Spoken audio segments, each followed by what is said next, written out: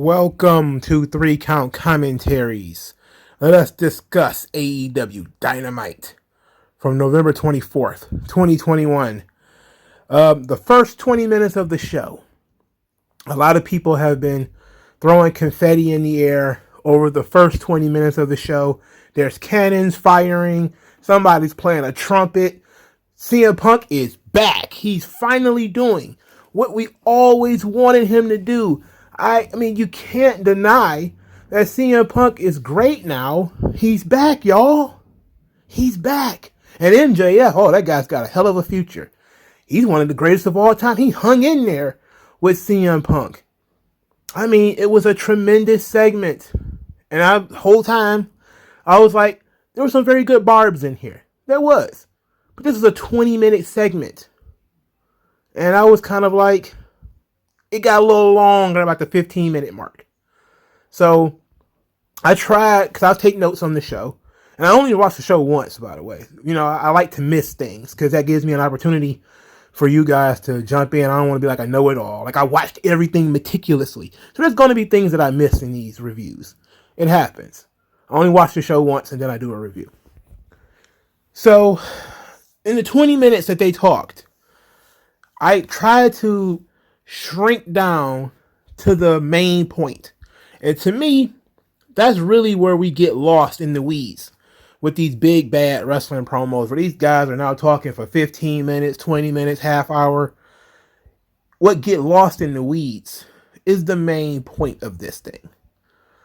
They really should have just beat the point, but it became, this verbal jousting like American Gladiators. These guys are above the water with the big Q-tips banking each other across the head, and it's cool and all, but I do think sometimes the point gets lost.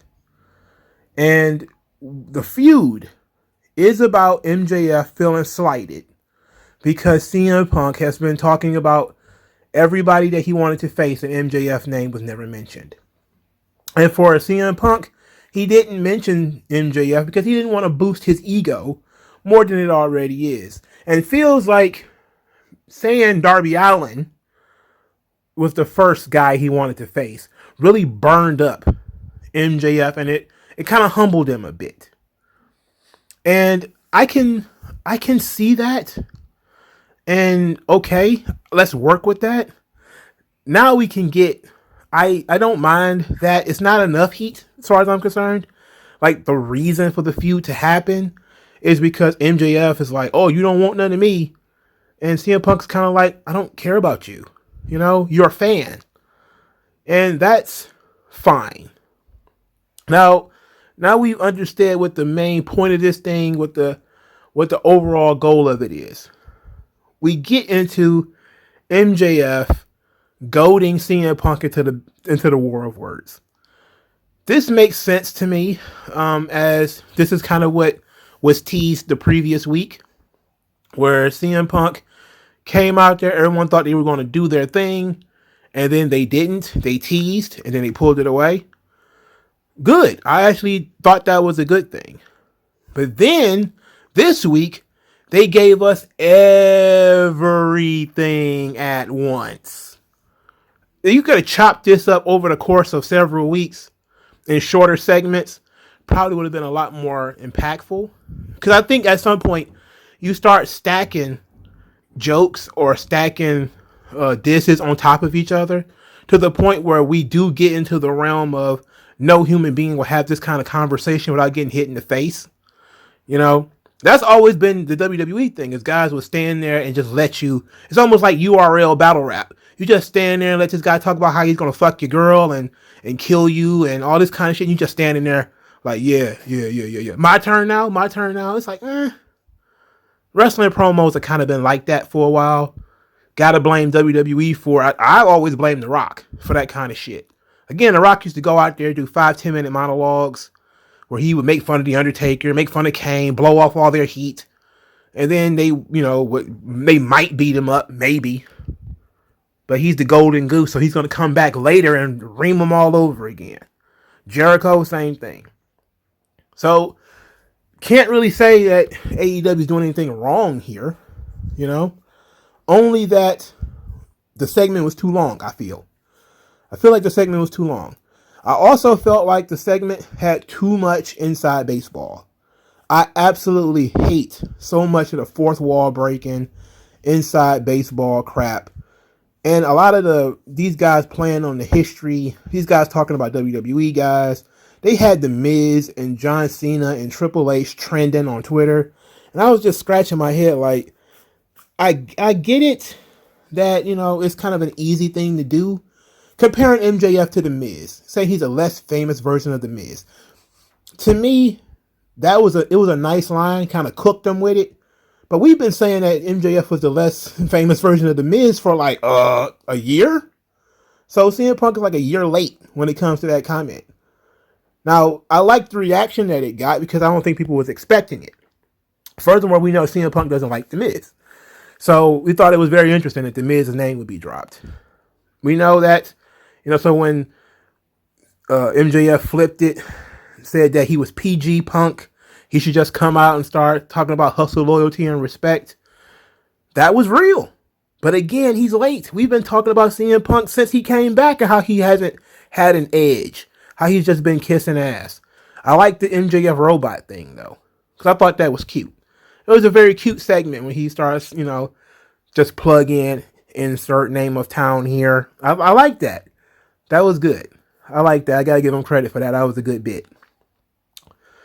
So, there are some good barbs here. But I don't think it was the best promo segment ever. It was certainly one of the better promo segments. They could have wasted 20 minutes on other things. All right? And they did. they wasted 20 minutes on other things. But MJF talking about how CM Punk's looks, we could have cut that out. That was a lot of fat. Him talking about CM Punk looks sleepy. He looks droopy. He looks like a meth addict. We could have cut a lot of that stuff out. CM Punk was good here. I still think that he hasn't got the fire and the passion that he had before, which is what informed his promos a lot more. I think that the wit is still there. It was still witty. For instance, he said, he told MJF, I'm in your head. And that's maybe because my face is on your wall. And then he called him my jealous fan, which of course is a Chris Jericho thing that CM Punk is stealing. So that was fun. MJF's calling CM Punk a nostalgia act. That was fun. So there was some parts of here that I thought was fun, but it was way too much inside baseball. There was too much of when CM Punk started saying, we've been talking long enough for Tony to have a daughter for you to marry. It's like, okay, we've gone on way too long and we're way too off base.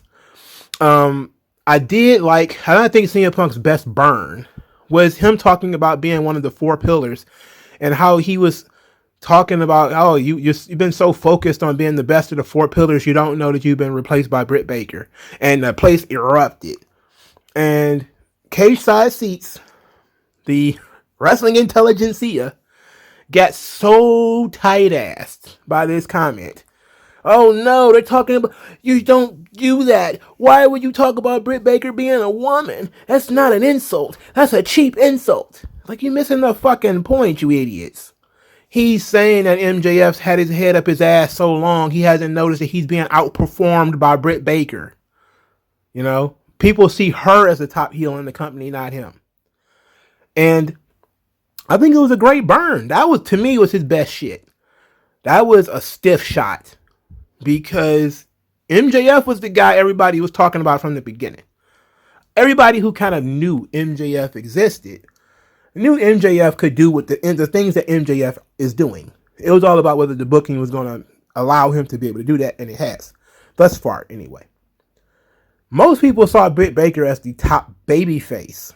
And when she first turned heel, and when she was flopping as a babyface, by the way.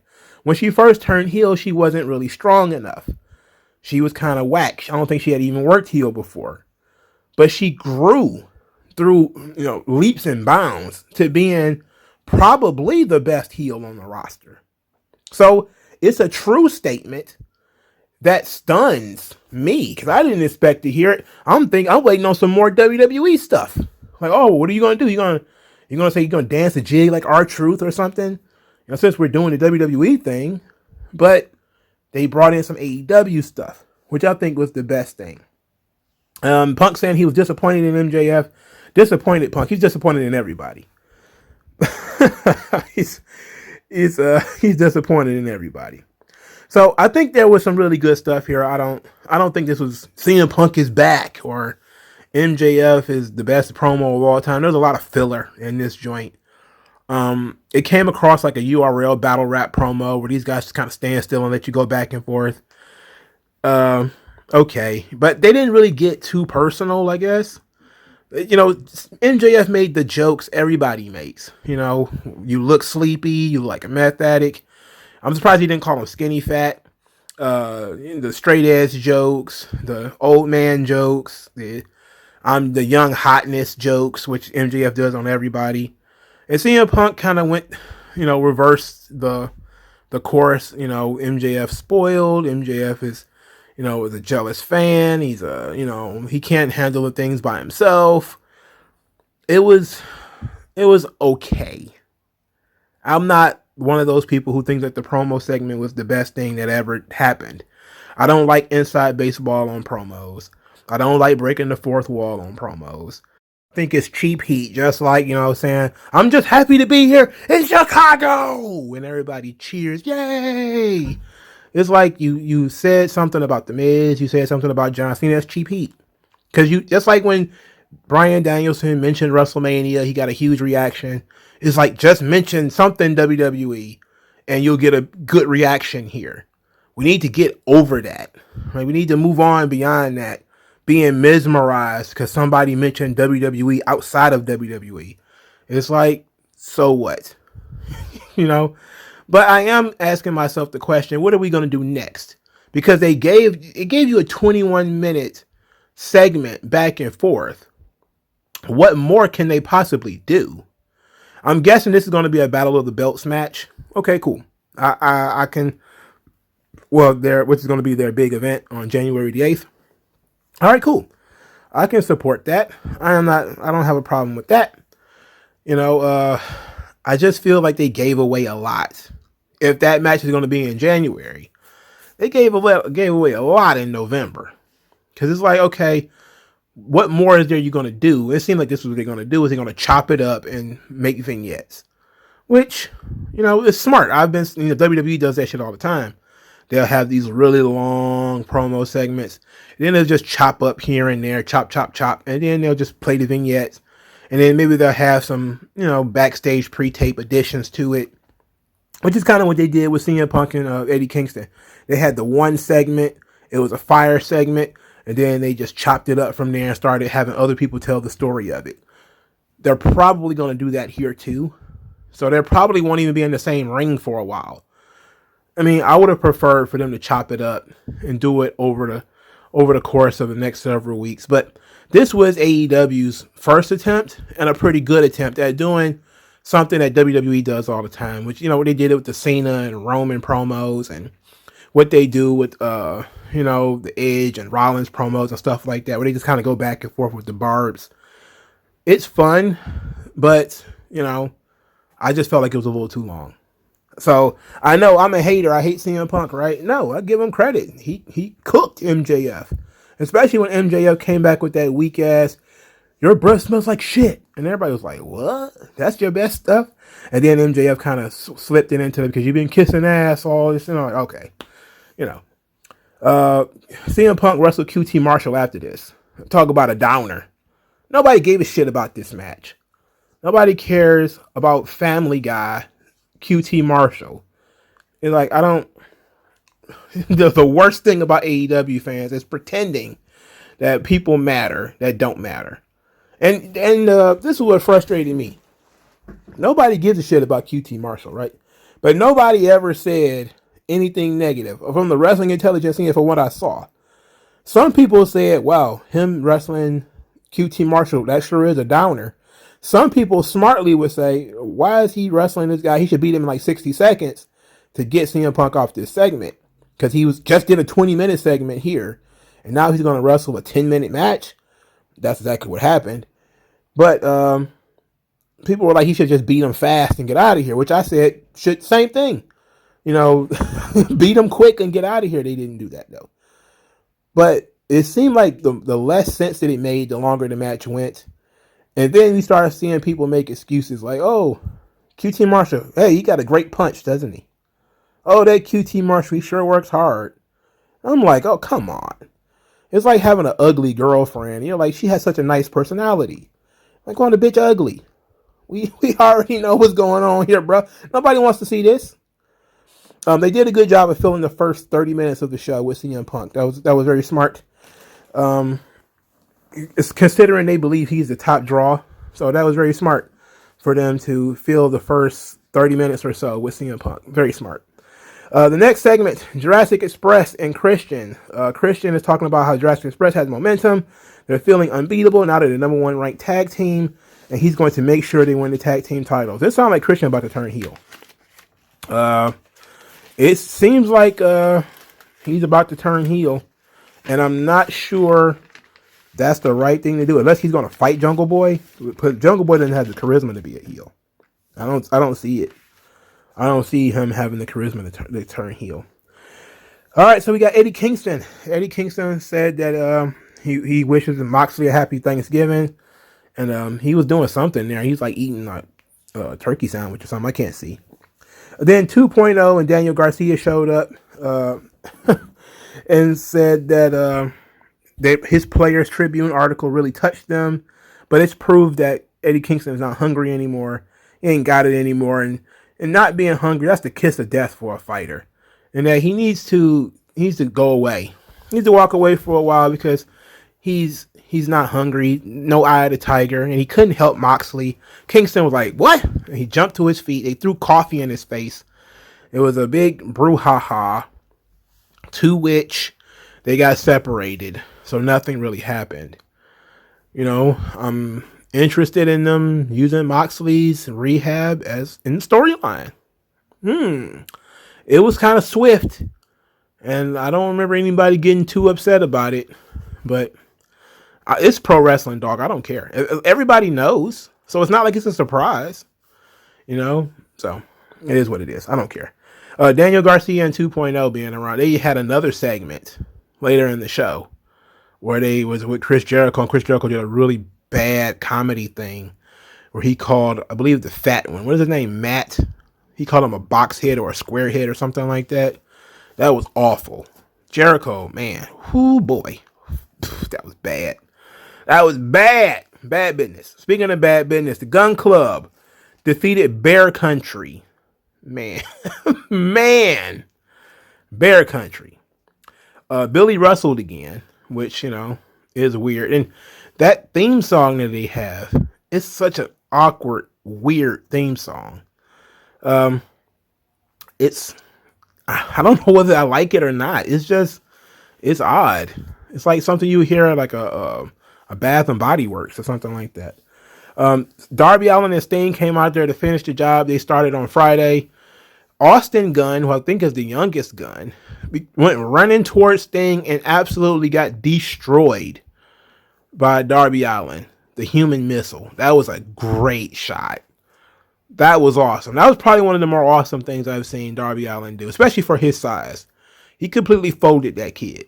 That was great. And then he did it so nonchalantly where it was almost like a superhero. He came in, just took him right out, and then didn't even recognize or acknowledge that the kid was flopping around over there. He was like laser focused on the ring. So I thought that was very cool. They went down there, of course, the Gunn boys, they got into a fight. The Gunn guys bailed. I feel bad for Darby. He's stuck with Billy Gunn. Look, I know Billy Gunn is a legend, and you got to use that word loosely. He's just been around for a long time. To be quite honest, is he the right guy to rebuild Darby? I don't know. I would think that there would be other guys on the roster for you to do that with. Like, you got to think about it. Every time slot on the show is a piece of a pie. It's a fixed pie. There's only 2 hours in the show. There's somebody who is probably on Dark or something that could be using this time that you're giving to Billy Gunn and his bum ass kids. And it is what it is. You know, I'm guessing you could pick a worse person than Billy Gunn. I mean, they gave time to QT Marshall. I would rather watch Billy Gunn than QT Marshall. That's for damn sure. Even in 2021, I have zero interest in QT Marshall. Then I continued my slide into disappointment when Adam Cole is standing there with Bobby Fish talking about how the last several weeks have sucked because they keep losing, and said that they're more than partners, they're friends, they're more like best friends, and they're friendly friends. And he's kind of pissed off about this Friendsgiving thing that Britt Baker's going to be doing with Tony Schiavone, even though they didn't further the storyline between the two of them in that segment, which I thought Adam Cole was going to crash that segment and screw it up, but he didn't, because, you know, they're afraid of heat. So in this situation, Orange Cassidy, Wheeler Yuta, and the other guy, Chuck Taylor, he showed up. And they started arguing about who's better best friends, who are more best friends between Bobby Fish and Adam Cole and Wheeler Yuta and Chuck Taylor, or was it Orange Cassidy? However that went. And I just thought to myself, this is what they brought these guys to AEW for. They couldn't think of a better storyline reason for these guys to fight than because you guys call yourselves best friends, but that's our gimmick. We're best friends. It's like, it's a common phrase. That's stupid. Sure, they're best friends. Other people can be best friends too. Maybe your name is just fucking dumb. It's not like they called themselves the Super Mega Atomic Dogs, and you're like, wait a minute, that's very specific. That's our name, bro. It's like, no, they're calling themselves best friends. We're best friends, Fish. Like, no. You guys can't be best friends because we're best friends. It's like every fucking middle schooler has a best friend. Are you going to go around in the kindergarten and pick fights? You can't call yourself best friends. We're the best friends, man. Horse shit. Moving on. Team Taz. Team Taz had a formal proposal for Dante Martin. Taz delivered this whole thing to Dante with a lot of fury. We ain't got no time to be playing no games. All right, sign that document. Sign it. Leo is like, look, we don't need this. We got our own portion over here. We don't need you. We don't need you, Taz. And then Dante Martin signs the thing and hops over the table to join Team Taz. And Leo was standing there so disappointed, head hanging, like, oh man, what's going on here, man? Why? There's clearly some type of swerve here, but I'm interested in where it's going. It seems like a very weird thing to do, to turn Dante Martin heel. I don't think that's what they're going to do. I truly don't believe that's what they're going to do. But I'm interested in what they're going to do. Because for the first time ever, somebody just voluntarily joined a heel group without having to be beat up first. They just kind of, hey, we want you to be in this heel stable. Okay, sure. Why not? I'll sign up with you guys. No problem. Also, it made it seem like Leo Rush is going to go with Dante Martin even if he's with Taz. Because he said, we don't need this. Of course, we mean him and I. So is it going to be a thing where it's like Leo Rush has to go along with it? Because if that's going to be the case, that can make it even more interesting. Or is it a thing where Leo Rush is now on his own and Dante Martin is with Taz? It didn't clarify this. But can guys have two different managers? I don't know. We don't know what Team Taz is other than a team of guys that hang out with Taz and Taz's son. You think Taz has his son under contract? I don't know. I have no idea. I don't know what any of this means. Jamie Hayter versus Thunder Rosa, the TBS tournament match. There was a ref distraction spot in here where that ref could have filmed a fucking movie. He was distracted so long. This led to Britt Baker interfering. Then later in the match, she super kicked Jamie Hayter by mistake. This led Jamie Hayter to lose. Thunder Rosa wins via sort of a victory roll, kind of. After the match, Jamie Hayter was frustrated with Rebel and Britt and stormed off. I remember she's supposed to have been a big deal when they brought her in. It ain't looking too much like it. She's lost more than she won, I think. Not counting Darks and shit, because, we don't count Dark over here. Dark sucks. So they did the Friendsgiving thing with Britt Baker. It's just a vehicle for Britt Baker to call Tony Schiavone and Reba fat by saying they don't need, Tony doesn't need pie and Reba doesn't need bread. Then then Tony Schiavone broke the big news that Riho was never eliminated from the Battle Royal. Therefore, she's going to get a Black Friday deal match where if she wins, she gets a title shot against Britt Baker, DMD, at some point to be determined. Sounds like a lot of words just to say a championship contenders match. People get so triggered by that. Championship contenders match. It's stupid. So is Black Friday deal match. Just say if the girl wins, she gets a title shot. We don't have to call it Black Friday deal. What does that even mean? Of course, Riho's not going to win, so it doesn't matter. But at least they didn't forget that Riho wasn't eliminated. But also, you have to ask the question, this was like 2 months ago. How long does it take for them to review tape? Well, I guess it takes WWE even longer, because we still don't know what happened to that top rope at Extreme Rules. So then we get some yummy goodness. Bryan Danielson, heel version, comes out there to stomp the shit out of Colt Cabana. This match I could have done without it. I absolutely hate Colt Cabana. Don't give a fuck how he was on the Independents. He sucks. He lacks charisma. He's just a wrestler guy. Yes, I've seen a lot of the matches with Adam Pearce. I don't give a shit. Colt Cabana sucks. After the match, after he submitted him, he did the little flex with the label lock. I like that too. That was good. After the match, Danielson pointed to a piece of a tooth, which apparently was Colt Cabana's tooth. Then Danielson asked, last time he was in Chicago, he got a very different reaction. He said, "What's changed? Is it me or is it you?" And he says that he knows the answer to that question, and he calls the fans fickle. Said that he's not fickle. He told everybody he was going to kick their fucking heads in. He didn't use the word fucking, but he did. Then he said that he's going to continue to do that. He's going to do what he said he was going to do. He said next week they're going to be in Atlanta, and there's 2 Dark Order guys from Atlanta. Either one of them can step up to face him next week. This led Hangman Page to come out there. So Hangman Page came out in his ring gear, ready to have a match, and said, "Look, you made your point. And we're here in Chicago, cheap pop, of course. No better place and no better time for us to face you right now." Bryan Danielson's like, "Oh, of course you want to wrestle me now because I've already had a match." And he'll say, "Look, we're not going to do that. I'm not going to do it here." They bicker back and forth a little bit before Danielson hauls off and just smacks the hell out of Hangman. They brawl a little bit, then Danielson bails. It was cool, Danielson was doubled back with his coward shit.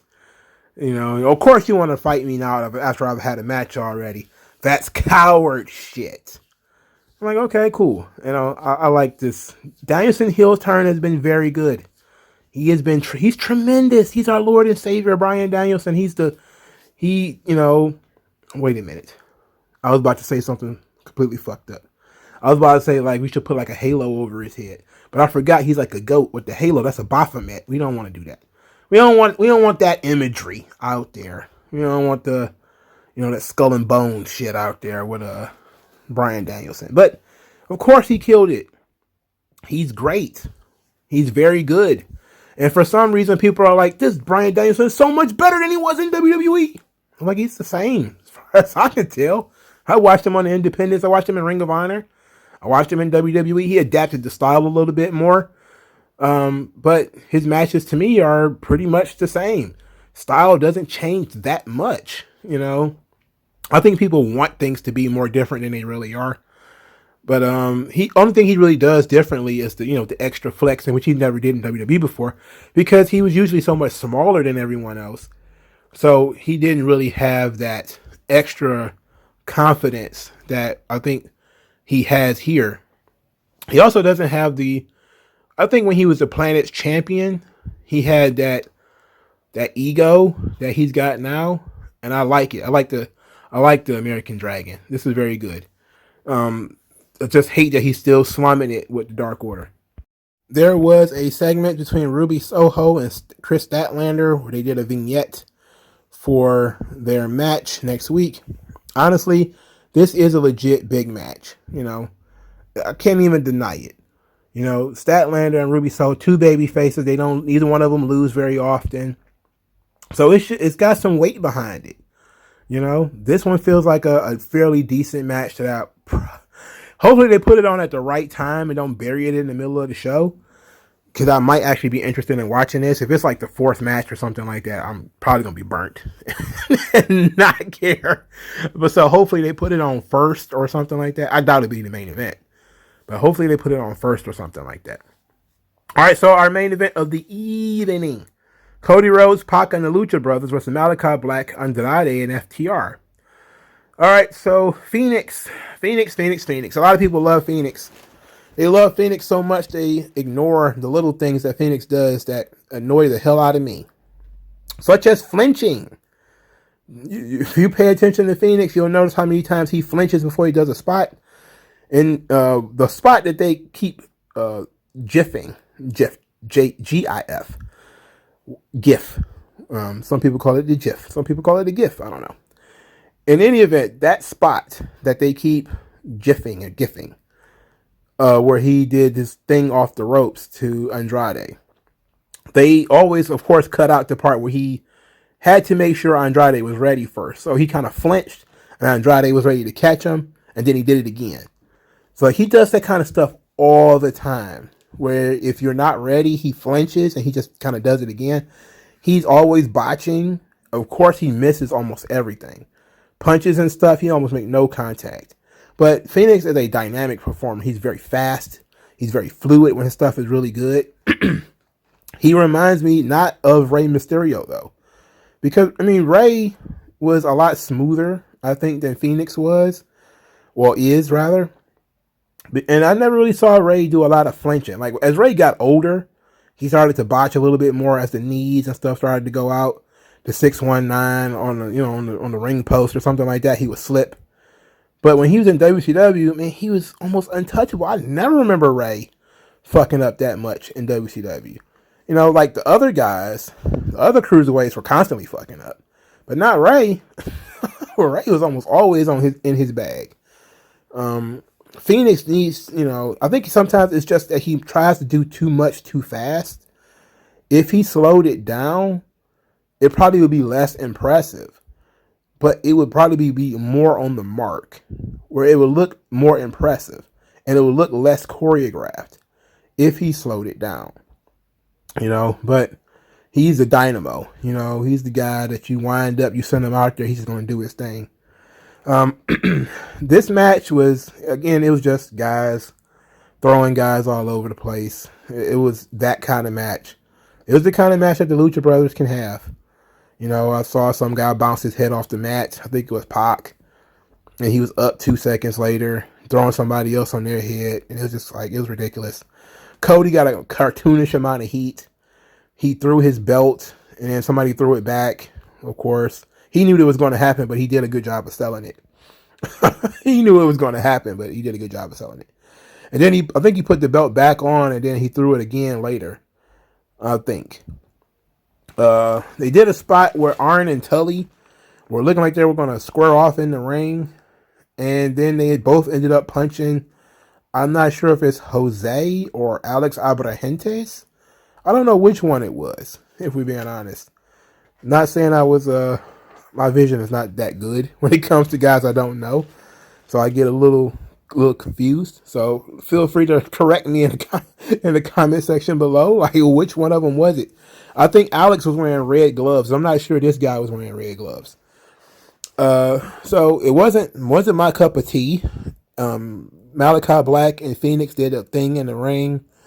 It led to Malachi Black throwing some very serious strikes in the corner right before they went to commercial. So that was very good. But it was another spot where Phoenix flinched, and then he had to get back in the ring and do the choreographed spot that they prepared before, where he threw a roundhouse kick and Malachi Black ducked it, leading to his strike combination.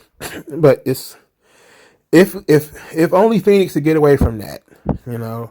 If you got to be able to trust these guys. If they're not ready, fuck them, you know. But how about not doing things that's going to surprise guys or that takes a great deal of cooperation? You know, we can slow down on that stuff. All right, so that's AEW Dynamite. It started with a bang. Did a really good job with the MJF and CM Punk promo. I didn't think it was the best promo in the world. I just personally thought it was a little too long. Too inside baseball, but the good spots were really good. So I'll give it a pass. You know, thumbs up. I don't think that we can do this every week. We shouldn't even try. But I do think that maybe they blew their load and they did all the digs they could get in these segments.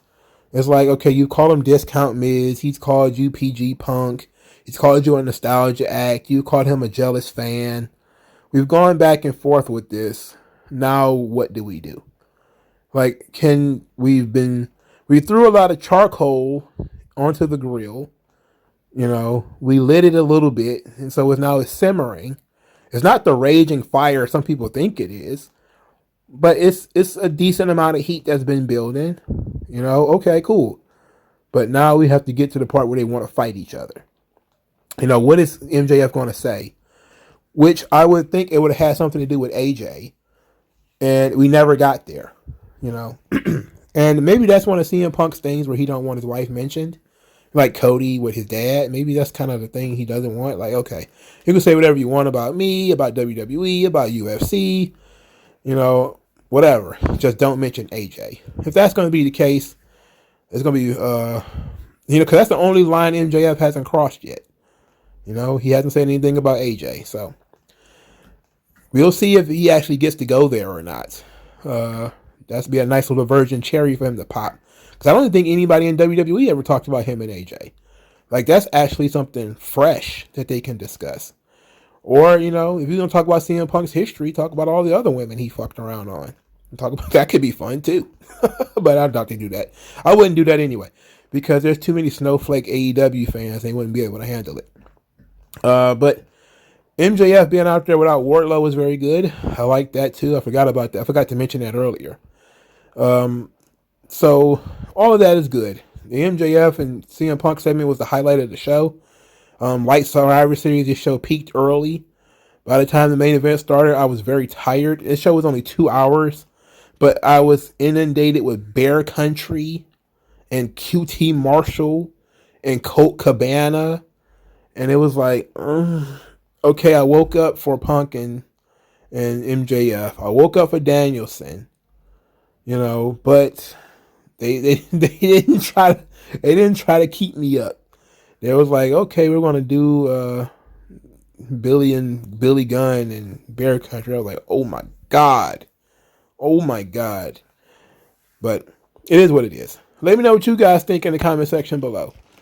Like this video, share this video, subscribe to the channel, donate to the channel. Thank you guys for your time, and I will talk to you guys later. Peace out.